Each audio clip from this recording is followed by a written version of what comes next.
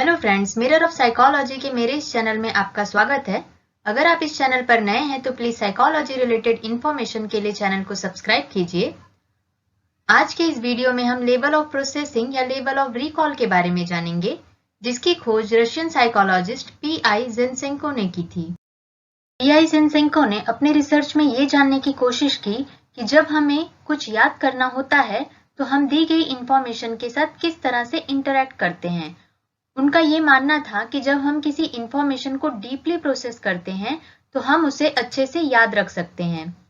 तो आइए जानते हैं कि डीप प्रोसेसिंग का मतलब क्या होता है। फॉर एग्जाम्पल, जब आप पढ़ रहे होते हैं तो अगर आप अपने स्टडी मटेरियल को अच्छे से समझने की कोशिश करते हैं, उसमें लिखी बातों को लॉजिकली कनेक्ट करते हैं, तो इसे ही डीप प्रोसेसिंग कहते हैं। ऐसा करने से आपको एग्जाम्स में आंसर्स याद करके लिखने में कोई प्रॉब्लम नहीं आती है। वहीं अगर आप सिर्फ ऊपर ऊपर से पढ़ रहे हैं, बिना ठीक से कुछ समझे रटने की कोशिश करते हैं, तो इससे शैलो प्रोसेसिंग कहते हैं और ऐसा करने से आपको एग्जाम्स में आंसर्स ठीक से याद नहीं आते हैं।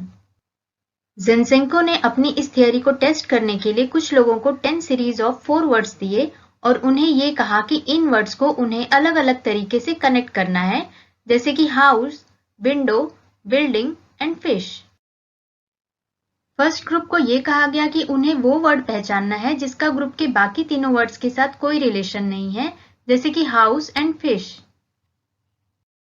सेकेंड ग्रुप को उन वर्ड्स के साथ एक कॉन्क्रीट कनेक्शन बनाने के लिए कहा गया, जैसे कि हाउस एंड विंडो, क्योंकि विंडो हाउस का एक पार्ट होता है।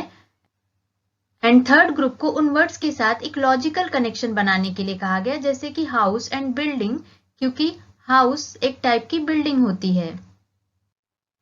जिनसेंको का ये मानना था कि अलग अलग इंस्ट्रक्शंस देने पे लोग उन वर्ड्स के बारे में अलग अलग तरीके से सोचेंगे और उन वर्ड्स की मीनिंग पे ध्यान देंगे। कुछ समय के बाद उन लोगों को दिए गए वर्ड्स याद करने के लिए कहा गया।